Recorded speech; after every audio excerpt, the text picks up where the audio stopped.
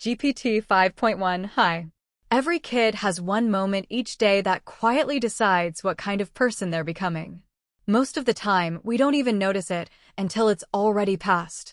Tonight's story is about that one small moment, and why every kid should hear it before they fall asleep. Welcome to your channel name, where stories don't just entertain your child, they quietly shape who they're becoming. Stay with us until the end, because the choice our hero makes is the same choice your child will face, maybe even tomorrow morning.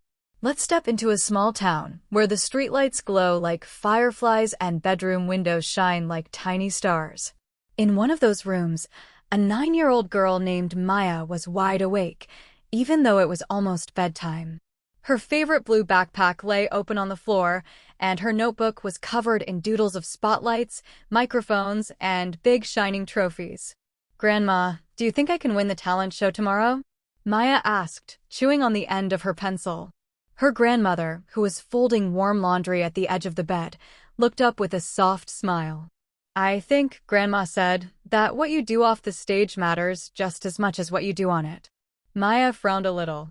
"But the judges only see what happens on stage." Grandma shook her head gently, the way people do when they know a secret you haven't discovered yet. "You'd be surprised," she said. "Sometimes the most important moment happens long before the spotlight turns on."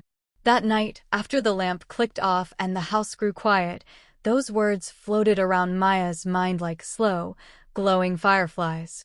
What you do off the stage matters just as much. She didn't know it yet, but the next day those words would come back to her at the very moment she needed them most.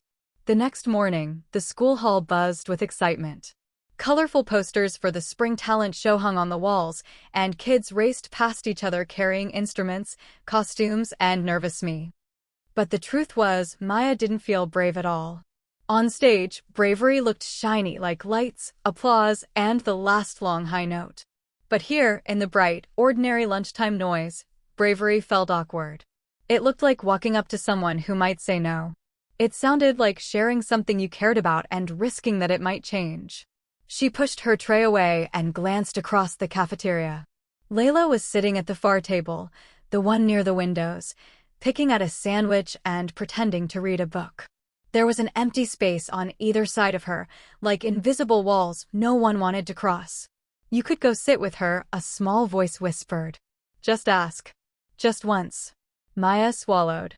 "Maybe after rehearsal," she told herself. "I'll see how today goes first." But somewhere deep down, she knew she was stalling. That afternoon, the auditorium smelled like dust and wooden floors and nervous excitement. Kids drifted in with costumes half on, instruments clutched tight, voices buzzing with half-whispered lines. "Okay, performers." Ms. Rivera called from the stage. "Find a seat. We'll run through the order and rehearse entrances." Maya slid into a chair near the front, notebook in hand. As Ms. Rivera read through the list, Maya's pen tapped against the page. Act 5, juggling. Act 6, piano duet. Act 7, Ms. Rivera paused. Maya's vocal performance, partner pending. A faint ripple of whispers moved through the crowd. Maya felt heat creep up her neck. Partner pending. It sounded like a problem waiting to be solved, and everyone had just heard it. She kept her eyes fixed on the stage, refusing to turn around, refusing to see if Layla was looking at her. When the announcements were over, Ms. Rivera stepped down from the stage and began walking between the rows. "If you don't have a partner yet," she said, her voice friendly but firm, "this is the time to be proactive. Look around. Notice who else is alone. This show isn't just about talent, it's..." For a moment, the room was completely quiet. Maya felt something shift inside her, the way the stage curtains move just before they open. She heard every wobble in Layla's voice, every tiny breath, but instead of seeing flaws, she saw courage. Not the loud kind that stands under bright lights, but the quiet kind that sings anyway when your hands are shaking. "Again," Maya said softly. "Try that line again. I'll sing the main melody, you take the higher harmony." They worked through the song piece by piece. At first, their voices bumped into each other, one too early, the other too late. They stopped, laughed awkwardly, started again. Little by little, the spaces between their notes began to close. Layla's voice steadied, Maya's loosened. The song stopped belonging to just one of them and started to feel like something they were building together. After half an hour, they reached the final chorus. Maya signaled with her eyes. Layla nodded almost imperceptibly. They sang. This time, their voices rose and folded over each other in a way that made the tiny hairs on Maya's arms stand up. It wasn't the flawless version she'd imagined alone in her bedroom. It was rougher at the edges, warmer in the middle, like two colors that made a new shade when they touched. When the last note faded, they both stood there, breathing hard. That, Layla said, didn't sound terrible. Maya surprised herself by laughing, really laughing. No, she said. It sounded like us. Showtime came faster than either of them expected.